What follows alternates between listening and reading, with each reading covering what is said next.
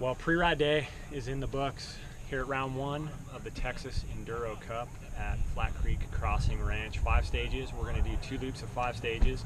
Some really cool man-made features out there, some really natural rocky terrain. They did an amazing job of cutting in some new stages at this place, and I think everybody's going to have a lot of fun. Very challenging. That wasn't bad, dude. I dig that style. Woo! Oh, wow.